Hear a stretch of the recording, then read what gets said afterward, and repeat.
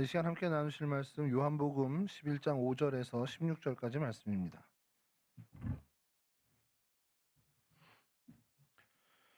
요한복음 11장 5절에서 16절까지 말씀 저랑 한 절씩 교독하도록 하겠습니다.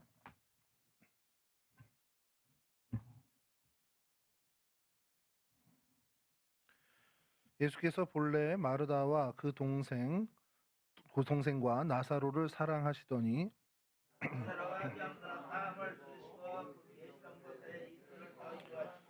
그 후에 제자들에게 이르시되 유대로 다시 가자 하시니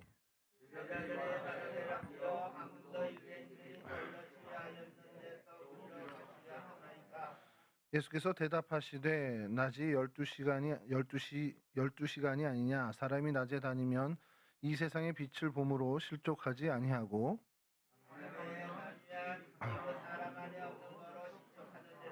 이 말씀을 하신 후에 또 이르시되 우리 친구 나사로가 잠들었도다. 그러나 내가 깨우러 가노라.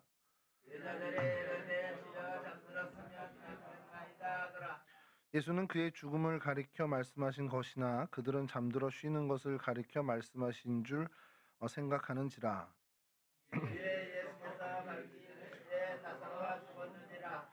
내가 거기 있지 아니한 것을 너희를 위하여 기뻐하노니 이는 너희로 믿게 하려 함이라. 그러나 그에게로 가자 하시니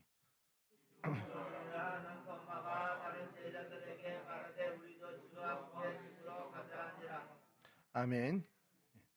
오늘 저희가 살펴볼 성경 속의 인물은 나사로입니다. 나사로 그러면 제일 먼저 떠오르는 것은 죽었다 살아난 사람이 제일 먼저 떠오르죠. 나사로의 이름의 뜻은 하나님이 도우셨다라는 뜻을 갖고 있는 그 뜻을 갖고 있습니다. 성경에 나사로는 두 명이 등장하는데요. 베다니에 살고 있던 마리아와 마르다의 오빠, 오늘 저희가 좀 살펴볼 이 나사로이고요. 또 한 사람은 예수님의 비유에 등장하는 부자와 나사로의 그 거지 나사로가 있습니다. 뭐 그 나사로에 대해서는 저희가 언급할 건 없고요. 오늘 베다니의 이 나사로에 대해서 저희가 좀 살펴보려고 하는데 어, 이 나사로는 굉장히 미스테리한 인물입니다. 여러분들이 뭐 성경을 많이 읽어보셔도 딱 대본에 아시겠는 게 예수님의 굉장히 총애를 받았던 사람입니다. 요한 이상의 어떤 총애를 받았던 사람인데 성경에 나오는 그 횟수라든지 비중을 생각하면 너무나 이렇게 걸맞지 않는 사람이라는 거죠. 예수님에 대해서 이 나사로에 대해서 성경에서 얘기하는 거는 마르다 마리아와의 가족인 그들의 오빠였다라는 것 외에 어느 배경을 갖고 있는지, 어떤 집안의 사람인지, 뭐 어떤 그의 행적에 대해서 하나라도 좀 이렇게 제대로 돼 있는 것이 하나도 없습니다. 그러니까 이거를 굉장히 급진적인 신학 그 성경학자들은 어떻게까지 얘기하냐면 그 예수님의 사랑을 받았던 그룹들이 있었다는 거예요. 공생의 당시에 이 나사로를 비롯해서 제자들 그룹이 있고 또 초대교회의 어떤 그 그룹들이 있는데 그 어떤 그 파벌 싸움에서 완전히 밀려서 그 역사의 주인공이 되지 못했다라고까지 이야기하는 그런 성경학자들도 있습니다. 뭐 사실은 전혀 근거 없는 얘기는 아닐 수 있는데요. 성경에 있는 이야기 중에 마태, 마가, 누가, 요한복음에서 사실 이 나사로의 죽음 그리고 그 소생의 사건은 오직 요한복음에만 기록이 돼 있는 거죠. 성경학자들이 이 부분에 대해서 많은 의문을 갖고 연구를 했는데 좀 여러 가지 연구에 대해서 좀 살펴보던 중에 저도 좀 한 가지 좀 주목하게 된 것이 이건 정설이 아니라 이제 전승과 가설을 다 섞어 놓은 어떤 추정인데요. 신학자들의 추정인데 어 제자들의 대부분 제자들의 다수의 수가 갈릴리 출신입니다. 갈릴리 출신이고 또 그들이 좀 예수님의 어떤 그 마지막에 성령 체험을 하기 전까지는 좀 예수님을 따르는 데 있어서 3 년이나 따랐음에도 불구하고 굉장히 어리석은 모습들을 많이 보여주잖아요. 특별히 예수님께서 어떤 정권을 잡았을 때 "우리도 한 자리 좀 주십시오."라는 어떤 그런 생각까지도 했던 사람들이라는 겁니다. 이제 그런 것들을 배경으로 했을 때 예수님 가까이 오는 사람들에 대한 경계가 있었을 것이고 예수님의 총애를 받는 사람들에 대한 이 제자 그룹에서 이 사도죠. 12 사도들의 그룹에서 굉장한 어떤 견제가 있었을 것이다라고 이제 추정을 하는 겁니다. 그리고 그 일에서 가장 경계의 대상 1 호가 되는 사람은 바로 이 나사로. 더더군다나 이 놀라운 체험을 했기 때문에 놀라운 어떤 사건에 예수님의 어떤 능력의 행사신, 예수님의 이적의 최정점의 어떤 증인이고 또 어떤 말 그대로 그 자체가 증거가 되는 나사로이기 때문에 제자들의 견제가 상당히 심했을 것이라는 것을 이제 이야기하는 것이죠. 그래서 그 나사로가 이 제자들의 견제에 의해서 예수님 가까이 오는 어떤 일들에 대해서 어떻게 보면 좀 어렵지 않았겠냐라는 것을 이제 추정하면서 그 근거로 내세운 것이 이 이후에 예수님의 순환과 그러니까 예수님의 고난과 부활 이후에 실제로 성경에만이 아니라 실제로 예수님의 주변에 이 나사로와 이 두 자매가 전혀 보이지 않는다라는 겁니다. 뭐 순교한 거 아니냐 이런 뭐 설도 있는데 그건 아닌 것 같고요. 그래서 그 일이 어떤 여파로까지 이어졌냐라고 한다면 예수님이 예루살렘 근처에 가시면 예루살렘에 가시면 공생애 중에 세 차례 올라가시는데 가실 때마다 사실은 이 베다니 예루살렘 근처에 있는 베다니에 머무셨고 그래서 마르다의 공개를 받고 또 나사로와 교제를 나눈 그런 모습을 보이셨다라는 겁니다. 근데 이제 예수님께서 부활하신 다음에 승천하시고 이들과 부활하시고 뭐 이렇게 하신 그 승천하시는 이때에 이들이 모이게 되는 자리가 이제 마가의 다락방이 된 것이 마지막 유월절을 마가의 다락방에서 보냈기 때문이라는 거죠. 예수님이 마지막 유월절 마가의 다락방을 보내시고 그 이후에 제자들의 성령 강림이 마가의 다락방인데 마가의 다락방 중심으로 된 것이 사실은 그 이전에 뭐 마가가 그 마가의 집 그곳이 뭐 예수님의 어떤 집중됐던 어떤 활동 무대도 아니었고 그래서 예루살렘 중심으로 예수님이 뭔가를 하려고 한다면 분명히 이 베다니의 나사로의 집이 더 유력한 곳일 텐데 그러지 못했다라는 것들을 이제 그런 근거로 삼는 겁니다. 많은 심한 견제나 어떤 이런 것들로 인해서 예수님 주변에 더 이상 가까이 오지 못하게 된 것이 아니겠냐라는 것. 그래서 그 신학자들은 재미난 얘기를 하는 것이 성령 강림절의 어떤 그 성령 강림의 사건이 오순절 성령의 임재 사건이 그냥 이렇게 그들의 어떤 알력이나 이런 것들이 없었다면 베다니에서 일어날 사건이었다라는 식으로까지 이제 얘기를 합니다. 그러니까 그들의 파벌이랑 견제가 굉장히 심했다라는 것들을 이제 우회적으로 비꼬는 얘기겠죠. 자, 여하튼 그런 이야기들이 이제 신학자들 사이에서 많은 이제 가설들이 일어나는데 그만큼 나사로에 대해서 뭔가 근거가 명확한 게 없으니까 많은 이야기들이 이제 드러나는 겁니다. 근데 이제 전승에 아주 명확하게 이 나사로에 대한 전승이 이제 발견됐는데 이제 이 향유 사건 있잖아요. 이 마리아가 이제 베다니 그 뭐 나병 환자 시몬의 집에서 예수님께 발에 향유를 붓고 머릿결로 예수님의 발을 씻겼던 요한복음의 기록을 가지고 그 사건 이후에 이제 나사로와 그의 누이들이 성경에서 이제 사라지는 것을 보면서 그때 당시에 이제 헬라인 몇몇이 빌립을 통해서 그리고 또 안드레를 통해서 예수님께 찾아옵니다. 근데 그게 어떻게 전승에서 나타나냐면 예루살렘에 들어가면 예수님께서 많은 해악을 당할 거니까 그것을 방지하기 위해서 이 그리스 사람들, 이 헬라 사람들이 예수님에게 와서 예수님의 망명을 이제 권유했다라는 전승이 이제 등장을 합니다. 근데 이제 그것에 대해서 주님께서 한 알의 밀이 땅에 떨어져야 이제 죽어야 많은 열매를 맺는다는 것을 답을 하시면서 이제 거절을 하시고 그 이후에 그 헬라인들에게 예수님이 부탁을 하셨다라는 거예요. 부탁을 하신 이유가 뭐 직접 부탁을 하셨는지 그 어떤 빌립과 안드레를 통해서 부탁하셨는지는 나오지 않지만 나사로와 그의 누이가 이 대제사장 그룹과 바리새인들의 표적이 되었다 하니 그들을 좀 도피시켜 달라라는 우회적으로 그 부탁을 하셨다라는 겁니다. 그래서 그 전승은 이들을 루그두눔 지역으로 피신을 시켰다라고까지 나온답니다. 루그두눔이 뭐냐 그랬더니 지금 프랑스 리옹의 옛날 이름이랍니다. 그게 이제 그 한 전승에서 이야기가 마감이 되는데 또 한 전승이 이것을 좀 뒷받침하는 것이 뭐냐면 나사로가 프랑스 이 리옹 지방에서 교회 감독이 되었다라는 설이 그런 이제 전승이 있다라는 거죠. 그래서 그렇게 그 시점에 예수님의 곁을 떠나게 된 이 세 남매 그리고 유럽 지역의 어떤 복음에 굉장히 쓰임을 받는 사람들이 되었다라는 것으로 이제 전승이 이제 있다라고 이야기하면서 그게 그러니까 이제 어떻게 보면 말하기 좋아하는 신학자들이죠. 이게 자의에서 갔겠냐라는 거죠. 오히려 예수님 곁에 남아 있었어야 하는데 이 갈릴리 당이라고 거기서 표현을 하는데 이 갈릴리 사람들의 어떤 그 알력, 그 세력 다툼 때문에 어떻게 보면 이 권력의 어떤 그 층에서 밀려난 거 아니냐 이렇게 이제 해석을 하는 경우도 있습니다. 여하튼 이 나사로에 대한 이야기는요. 그 성경에 많지 않으니까 이제 제가 볼 때는 그래요. 성경에 명확하게 이야기가 딱 매침이 되고 마침표가 찍힌 사람에 대해서는 뭐 더 논란이 없습니다. 근데 이처럼 굉장히 뭔가 중요한 인물은 맞는 것 같고 예수님께서 사랑하셨다라는 성경의 정확한 표현도 있고 근데 그 이후에 어떤 그에 걸맞는 행적이라든지 비중이 안 보인다면 사람들은 이제 그것을 상상력을 동원해서 많은 것을 이제 하기 좋게 되는 꺼리가 되는 그런 사람이라는 것이죠. 이 사실은 예수님을 죽이겠다. 그러니까 예수님의 그 고난, 그 순환의 어떤 그 기폭제가 된 것이 사실은 이 오늘 저희가 읽은 이 사건 이후에 나사로의 소생입니다. 나사로가 죽은 자 가운데서 살아난 것, 그것이 사실은 예수님이 어떻게든 저 가만둬서는 안 되겠다. 저 예수라는 사람을 죽여야겠다라는 기폭제 역할을 한 사건이 됐고요. 그로 인해서 나사로 역시도 죽음의 어떤 위협을 받게 되는 일이 성경에서 명확하게 이야기가 되고 있습니다.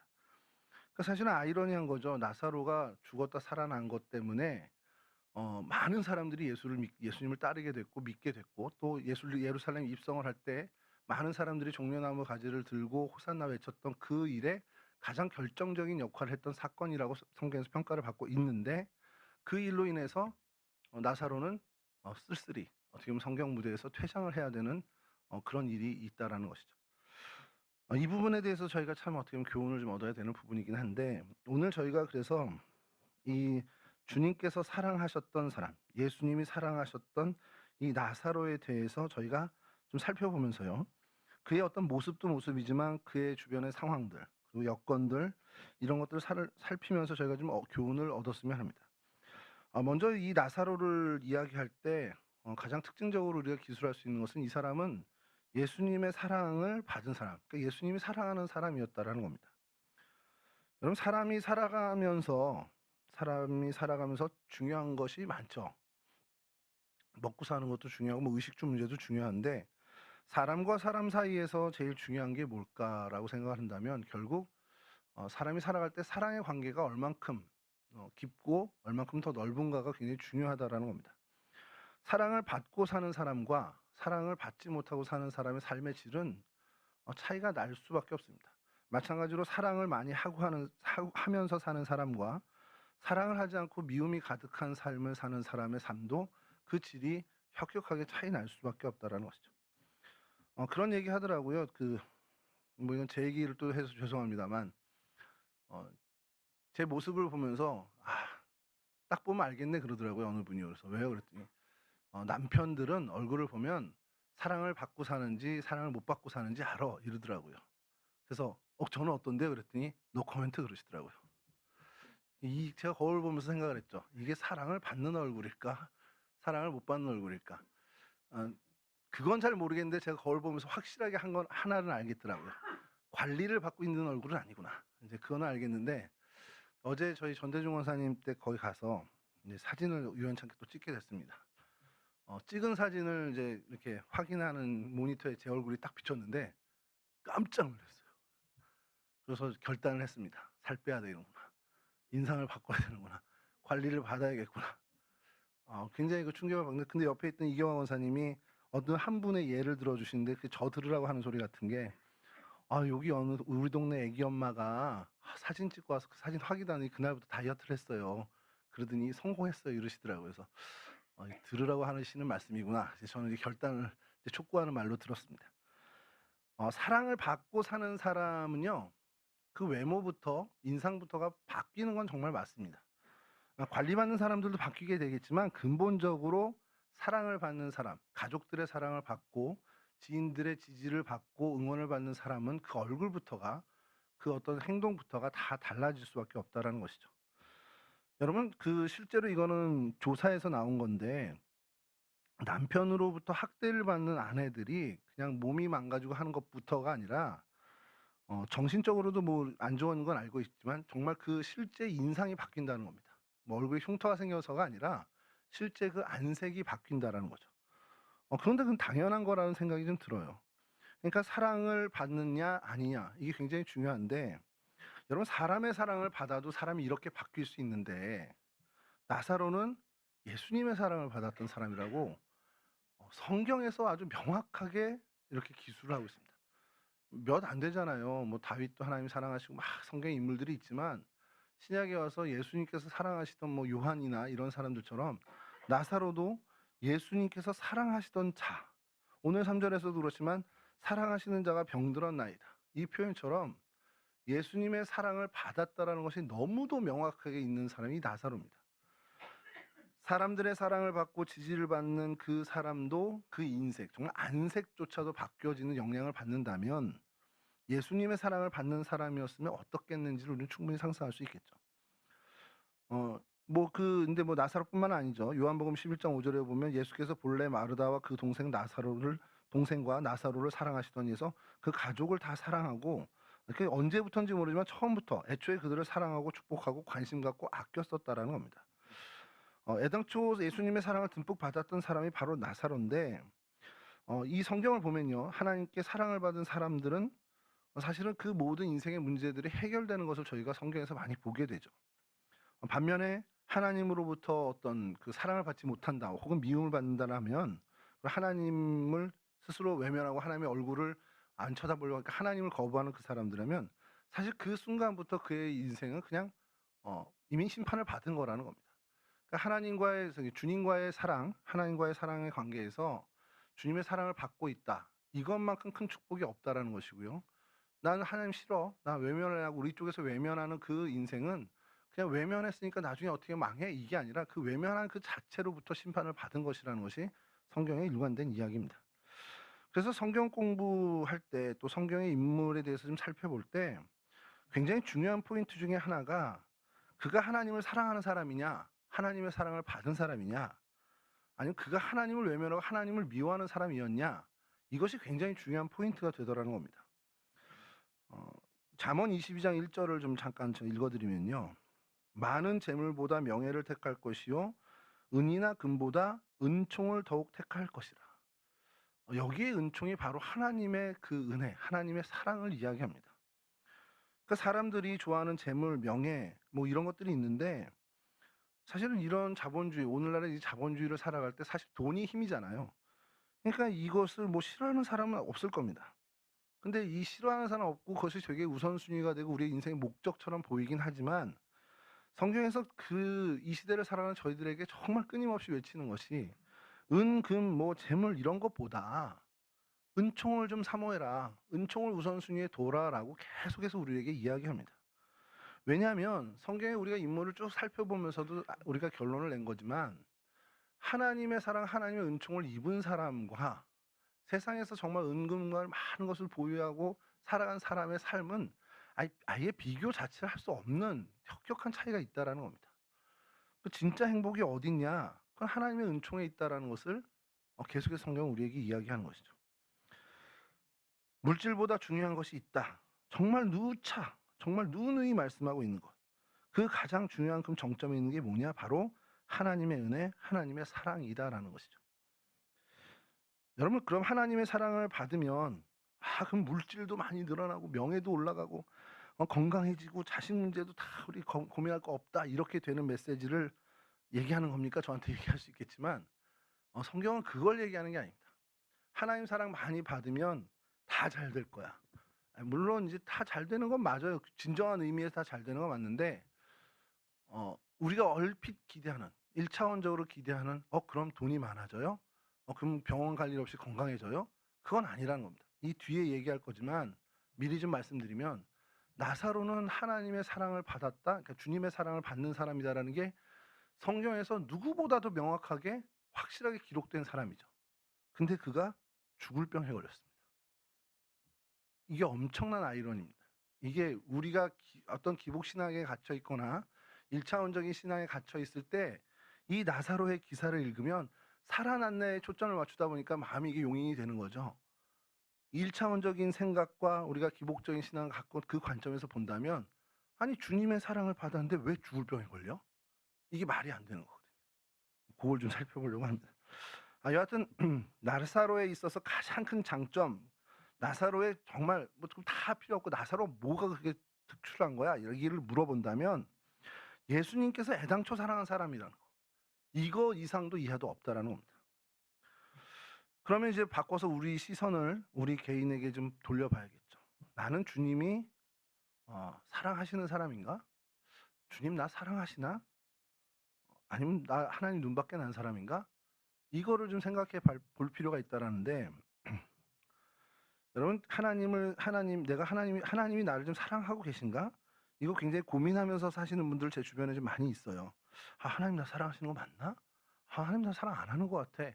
이런 얘기들도 종종 하고, 뭐 불평일지 모르지만 그렇게 얘기하는 사람들이 있는데, 그 전에 앞서서 얘기한 건 뭐냐면, 그러면 정말 나는 하나님 사랑하면서 하는 사람 맞나? 이걸 먼저 고민해 봐야 되겠다는 거예요. 저는 나사로가 예수님의 사랑을 받은 사람이라는 성경의 명확한 기록은, 주님께서 나사로를 사랑하신 그것도 있지만 나사로가 참 주님을 사랑한 사람이었나 보다라는 생각이 드는 겁니다. 주님을 정말 얼만큼 탁월하게 사랑했길래 주님께서 내가 사랑하는 자다, 예수님이 사랑하는 사람이다라는 걸 이 성경의 기록을 남겨서 이 몇천 년 뒤에 우리에게까지도 이렇게 보여주고 계신가. 이제 그런 것을 좀 보게 되는 거죠. 그럼 세상 사람들은요, 예쁘고 똑똑한 사람을 주목하고 그 사람을 가까이 두려고 하고 심지어 그런 사람을 사랑합니다.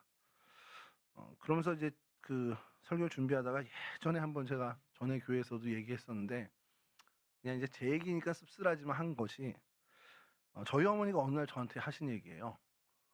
어디서 이제 교회에서 이제 권사님들하고 얘기하시다 듣고 오셨는데 저한테 딱 얘기하시는데, 이것도 나 들으라고 하는 얘기구나. 전 요즘에 저 들으라고 하는 얘기를 많이 듣는데, 야, 똑똑한 아들은 나라가 가져간대. 무슨 말씀인지 아시죠? 나라에서 그를 사용한다는 거예요.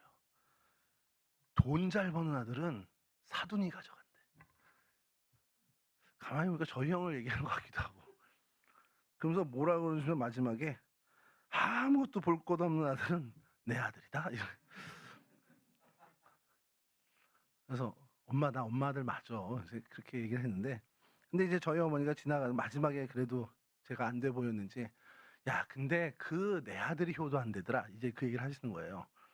옆에 이제 아버지가 보고 듣고 계시다가 뭐 어이없는 웃음을 좀 짓기는 하셨는데, 제가 지금도 그게 계속 기억나는 것이, 세상 사람들은 그래요. 세상 사람은 그런데 엄마들은 자식들을 볼 때 잘난 아들 다 똑같이 사랑하지만 그래도 아픈 손가락이 있잖아요. 더 주목하게 되고 어떻게 보면 더 한 번 더 관심 갖게 되는 것.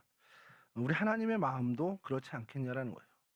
하나님께서 우리가 부족하고 혹은 눈에 밟히고 이럴 때 하나님께서 우리를 더욱더 감싸주시고 어떻게 보면 싸고 도시는 그러한 모습을 저희가 보게 됩니다.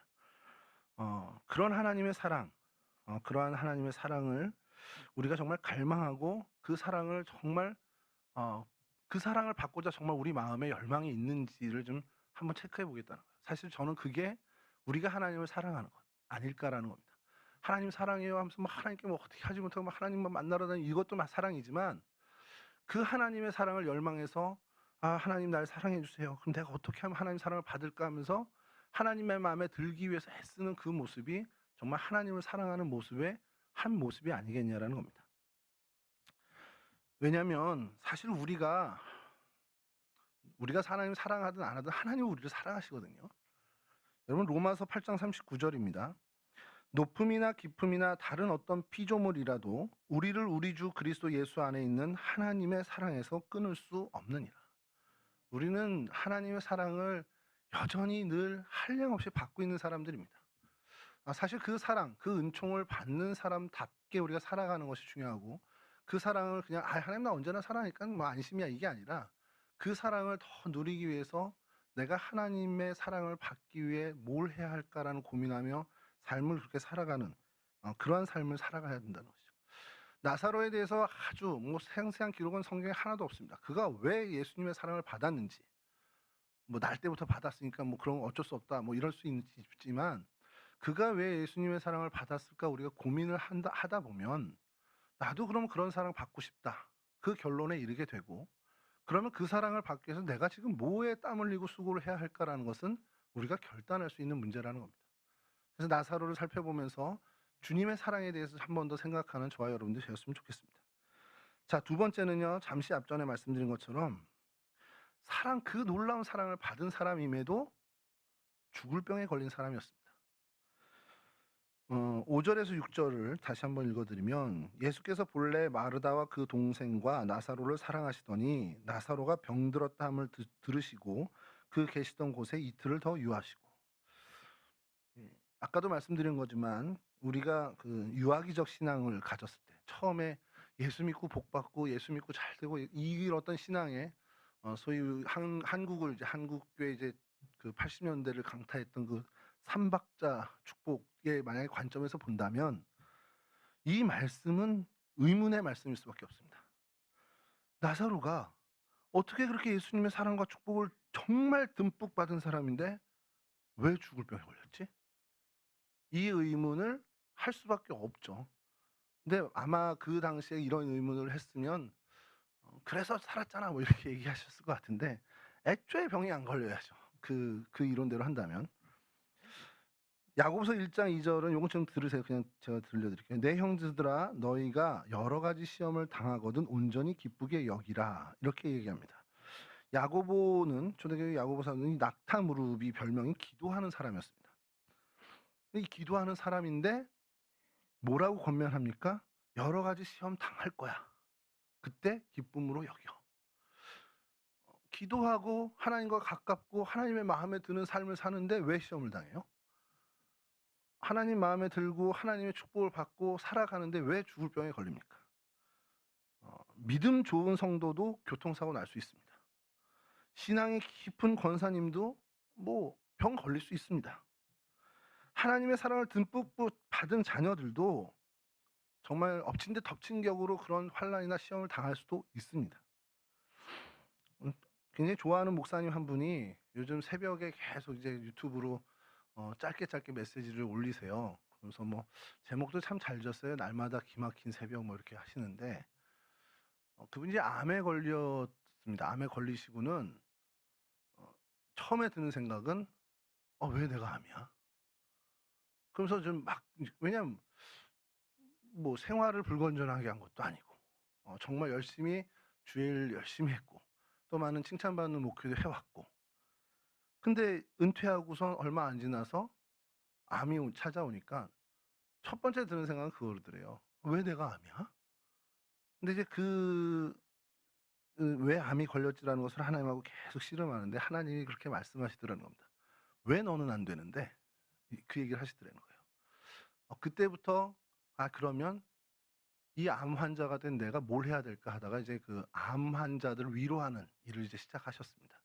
그래서 이제 그것을 이제 계속하면서 이제 날마다 기막힌 새벽이라는 것도 하고 계시는데, 제가 뭐에 딱 그러면 그분이 그 얘기를 하실 때 왜 너는 안 되는데 하나님이 하셨다는 얘기를 들을 때 제가 굉장히 충격을 받았어요. 그래. 내가 하나님 앞에 이렇게 건실하게 살고 신실하게 살려고 애썼는데 그럼에도 불구하고 사람들이 불행이다 얘기하는 것, 사람들이 안 됐다 얘기하는 것이 내게 닥쳐왔을 때 사실 저도 이해 못할 것 같은 거예요. 아니 하나님 나 이렇게 잘 살아왔는데, 나 이렇게 하나님 기쁨 되게 살아왔는데 왜요? 이렇게 될 것 같은데 하나님께서 넌 왜 안 되는데? 라고 얘기하신다면 사실 할 말이 없을 것 같긴 합니다. 내가 잘못해서가 아니라, 내가 잘못 살아와서가 아니라 그 일을 통해서 너를 내가 좀 사용하고 싶어라는 하나님의 음성이 아니겠냐라는 거예요. 여러분, 하나님을 사랑하는데도 아플 수 있습니다. 하나님을 사랑하고 하나님의 사랑을 듬뿍 받고 있으면서도 우리 삶의 현장에 어려움을 당할 수 있습니다. 부도를 맞을 수도 있어요. 그러나 문제는 뭐냐면 그 모든 고통, 그 모든 어려움 안에는 하나님이 계획하신 하나님의 뜻이 있다라는 겁니다. 핵심은 하나님이 이 모든 상황을 어떻게 이끌고 가시는지를 주목하는 것, 거기에 우리가 맞춰줘야 한다는 거죠. 하나님께서 나의 몸을, 나의 건강을 이렇게 악화시켰어? 그럼 하나님 나를 이 건강을 어떻게 이끌고 가시려고 하시지? 사실 거기에 초점을 맞춰서 그 고난 가운데 하나님의 뜻을 이루는 데 집중해야 되는데, 우리 많은 크리스찬들이 그 고통과 고난에 매몰돼서 하나님의 뜻을 찾는 게 아니라 그냥 원망하고 불평하고 그곳에서 정말 많은 것을, 신앙을 놔버리는 경우를 제가 종종 보게 됩니다. 모든 고난이나 고통이나 어려움이 찾아온다면 그 일을 통해서 하나님이 나를 어떻게 이끌고 가실까, 거기에 초점을 맞추는데 우리가 그 어떻게 보면 정말 정신 차리는 이유가 거기에 있다라는 거죠. 너무 큰 아픔이기 때문에 너무 갑작스러운 당황되는 상황이기 때문에 잠시 잠깐 우리가 놓칠 수 있지만 얼른 정신 차리고 하나님의 그 역사, 하나님의 뜻이 무엇일까를 바라보는 거에 우리가 더 초점을 맞춰야 한다는 것이죠. 이 이후에 그 이어지는 11절에 이 나사로를 부르시는 특별한 호칭이 하나 나오는데요. 이 말씀을 하신 후에 또 이르시되 우리 친구 나사로가 잠들었도다. 그러나 내가 깨우러 가노라. 자, 하나님의 사랑을 받으면서 죽을 병에 걸린 이 사람을 주님께서는 친구라고 특별히 칭하시죠.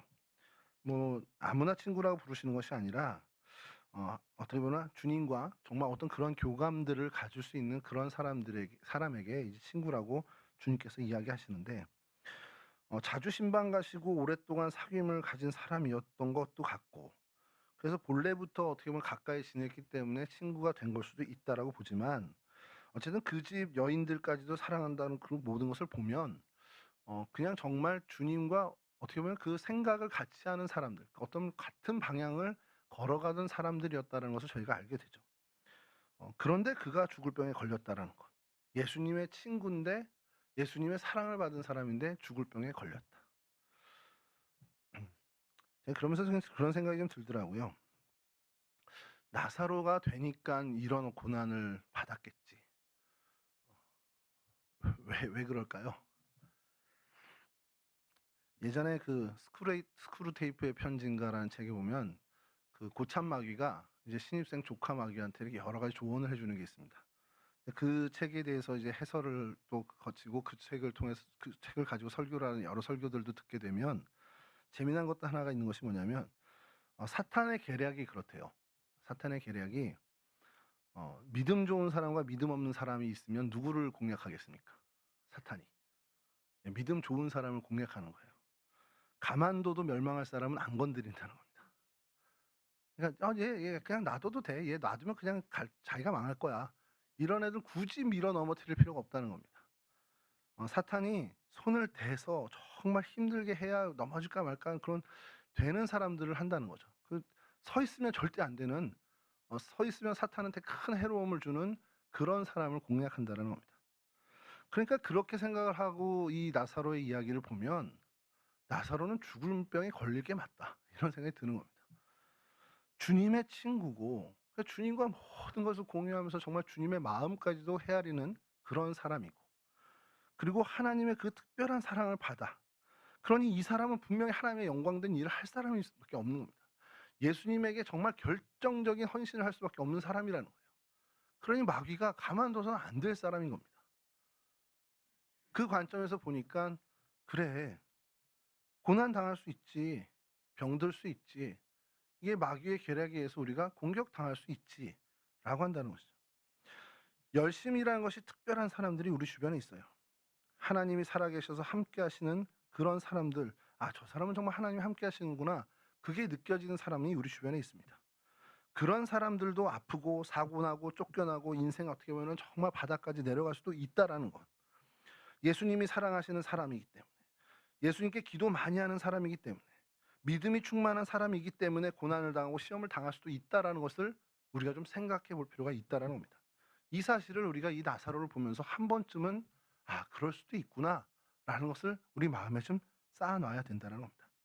자, 그러나 그럴 때에 그런 어려움을 대하는 우리의 기본적인 자세는 놓치지 말아야 되는데 그런 어려움이 혹 찾아왔을 때 아유 이젠 끝났다. 어차피 난 틀렸어. 먼저들 가. 이게 아니라 시편 119편 71절의 말씀처럼 읽어드리겠습니다. 고난당한 것이 내게 유익이라 이로 말미암아 내가 주의 율례들을 배우게 되었나이다.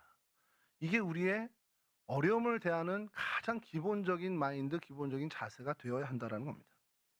믿는 사람이 고난을 당하고 어려움을 겪고 그렇게 되면 하나님의 본심을 더 깊이 알아갈 수 있는 기회가 된다는 것.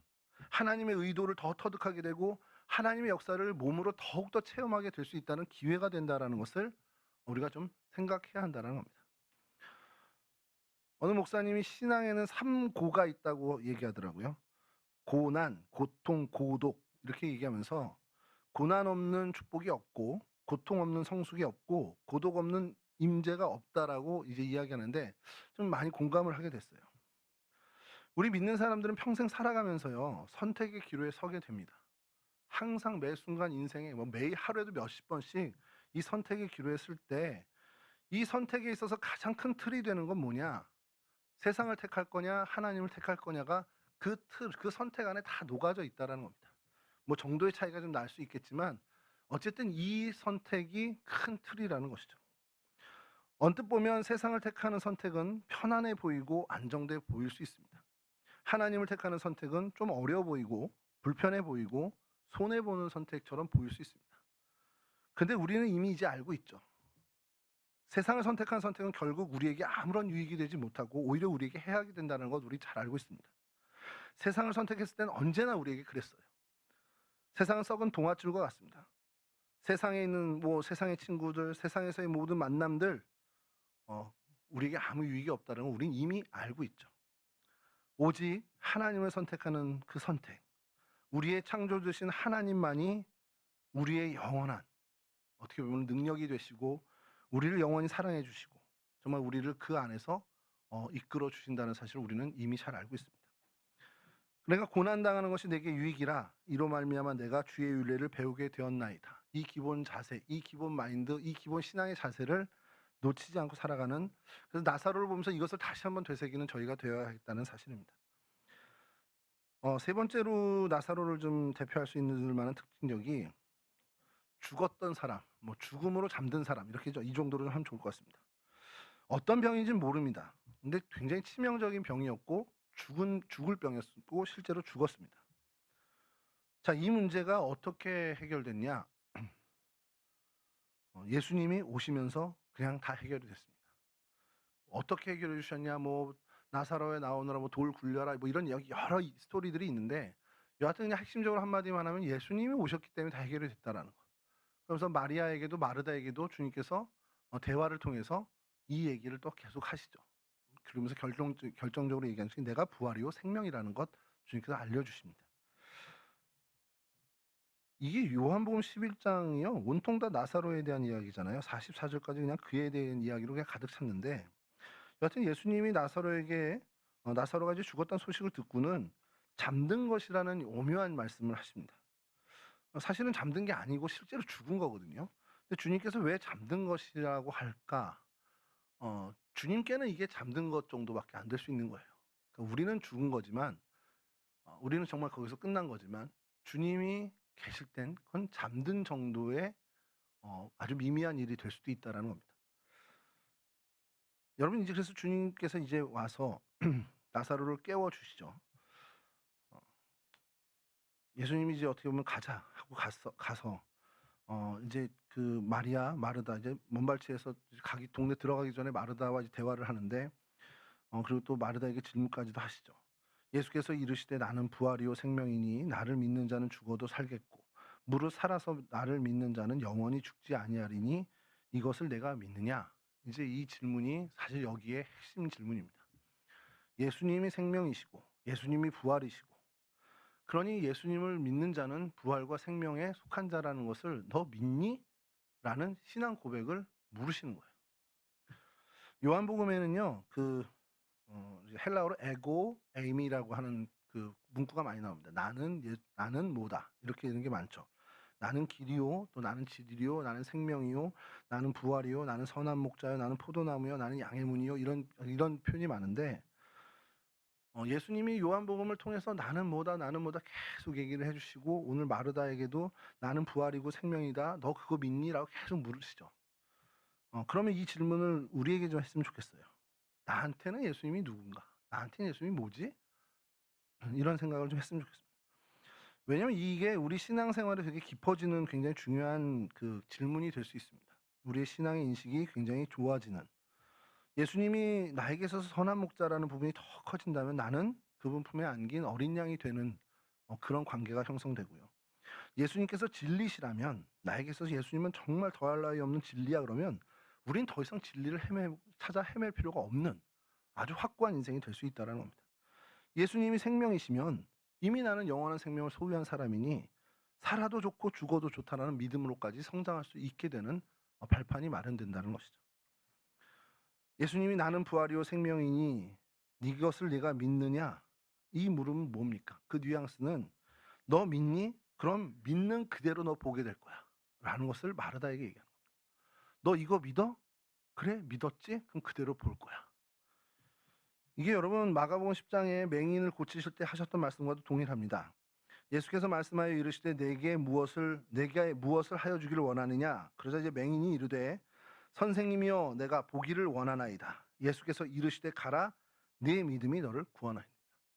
주님께서 믿는 대로 될지어다를 여러 차례 말씀하시는데 이게요 왜 그러냐? 우리 신앙생활이 그래요. 우리가 믿는 대로 믿은 대로 믿는 만큼 우리는 하나님의 역사를 누리게 됩니다. 여러분 믿지도 않는데 이게 하나님의 역사인 줄 알 수가 없어요. 믿고 있고 내가 믿기 때문에 이게 하나님의 역사라는 것을 알게 되는 거지. 절대 그런 믿음이 없는데 하나님의 역사가 다가와도 우연히 됐나 보지 이렇게밖에 안 된다라는 겁니다. 우리가 그래요. 그런 존재예요. 그래서 요한복음 오늘 4절에서 이럽니다. 예수께서 들으시고 이르시되 이 병은 죽을 병이 아니라 하나님의 영광을 위함이요 하나님의 아들이 이로 말미암아 영광을 받게 하려 함이라. 여기에 하나님의 본심이 담겨져 있다는 겁니다. 살다 보면요 엎어지고 넘어지고 병에 걸리고 실수할 수 있습니다. 근데 이게 죽을 병은 아니라는 거예요. 심각하고 복잡해서 견딜 수 없긴 하지만 이게 망할 일은 아니라는 겁니다. 나사로의 일이 그 정도의 일은 아니라는 거예요. 그러니 너 그거 믿냐라는 것을 묻으시는 거죠. 마리아와 마르다가 믿고 주님께 의지했을 때 그 놀라운 하나님의 역사를 목격하고 체험하게 된다는 겁니다. 마지막으로 좀 보면 예수님이 이 나사로에 대해서 친구로 여기시고 사랑하시고 또 어떻게 보면 죽은 잠을 자는 사람으로 이제 우리가 보는데 이 사람이 또 대단한 것 중에 하나는 예수님의 눈물을 흘리게 했던 사람이라는 거죠. 이거는 크게 우리가 다룰 일은 많지 않지만 여기서는 그 부분이 좀 중요한 것 같은 것이요. 예수님께서 이제 그 나사로를 살릴 때 나사로야 나오너라 하고 이제 묶인 것들을 다 풀러서 자유롭게 돌아다니게 놔두라고 이렇게 얘기하시는 그 장면에서 우리에게 요구하시는 게 있는데 돌을 치우라고 해요. 근데 그 부분에 대해서 어느 신학자 굉장히 좀 예리하게 좀 본 것 같은 게 주님이 나사로를 살리는 그 모든 일은 전적으로 주님의 능력으로 하신 겁니다. 거의 인간의 힘이 1이라도 들어간 게 없잖아요. 나사로를 소생시키실 때. 그 장면을 좀 상상해 보세요. 죽은 시체가 4일이 지났는데 깨어나요. 붕대 안에서 그 세마포로 감싼 그 안에서 어떤 일이 일어났는지 목격하지 못했으니까 제자들이 기록을 못했겠지만 이미 이 경직돼 사후 경직이 일어났을 것이고 이제 사반이 일어나면서 이제 썩어가고 있는 그렇겠죠. 그런 상황에서 그게 막 새살이 돋고 막 이러면서 막 그 작용이 일어났을 겁니다. 거기에 인간이 할 수 있는 게 뭐가 아무것도 없다는 거예요. 근데 주님께서 인간에게 지시하신 거 하나 있습니다. 그것이 뭐냐면 돌을 옮겨 놓으라는 거예요. 무덤의 이제 구조를 이제는 우리는 다 아니까 굴을 파서 거기를 이제 시신을 넣어놓고 앞에 큰 돌을 가로막는 게 유대 그 땅의 이제 무덤 형태인데 나사로가 다 살아났어요. 주님의 능력으로 그 안에서 살아났습니다. 무덤 안에서 살아나고 새살이 돋고 막 돼서 생명이 들어오고 호흡이 다시 돌아오고 해서 들어왔는데 나오려고 할 때 제일 큰 걸림돌은 뭡니까? 말 그대로 돌입니다. 자, 그 돌 치우는 것은 주님이 하실 수도 있겠지만 주님은 굳이 그것을 사람들에게 명하셨다는 거죠. 이게 굉장히 의미심장한 것이요. 우리가 주님의 능력으로 살아가는 존재들입니다. 주님의 어떻게 보면 붙어 사는 사람들인데 아무것도 안 하고 살아도 해주실 수는 있겠지만 주님께서 우리에게 그래도 이건 해야지 라는 것이 있습니다. 뭐냐면 돌을 치우는 것, 걸림돌을 제거하는 것, 방해되는 것 중단하는 것, 끊어야 할 것 끊는 것, 멈춰야 할 것 멈추는 것들은 주님께서 우리에게 요구하시는 것이라는 거죠. 우리 자녀들에게 막 용돈 퍼부어주고 다 대신해주고 싶죠. 아빠들이 아이들 특히 딸한테 하는 거면 다 딸바보 아빠들 보면 다 해주잖아요. 그럼에도 불구하고 이건 네가 해야지라고 하는 게 있습니다. 하나님께서 오늘 우리에게도 마찬가지로 다 예비해 주셨어요. 준비해 주셨고 다 우리에게 쏟아 부어 주실 텐데 그래도 우진아 이건 네가 해야지 이렇게 얘기하는 겁니다. 그러면서 마지막에 나사로야 나오라. 그리고 많은 그 당시의 사람들이 주님의 능력을 정말 목격하고 체험하게 됐다는 거죠. 그럼 평생 가야 볼 수 있겠습니까, 우리가? 평생 가야 죽었던 사람이 4일 동안 나흘 만에 살아나는 걸 여러분 보겠습니까? 주님 오시는 마지막 날에나 이제 뭐 무덤이 열리면서 이렇게 등장하는 사람들 저희가 보겠지만, 제가 확언하건대 제 뭐 이 목사의 직을 걸고 말씀드리지만, 여러분 돌아가실 때까지 죽은 사람 살아나는 거 못 보실 겁니다. 가수면 상태에서 깨는 건 보겠지만 정말 의학적으로 죽은 사람이 살아나는 거 못 보실 겁니다. 더더군다나 나흘 만에. 이때 이 사람들은 이걸 봅니다. 사실 이 일이 결정적으로 예수님이 예루살렘 입성할 때 그 환호성을 보였던 사람들을, 정말 구름대처럼 몰린 사람들의 어떤 그 원인이 됐다라는 것이죠.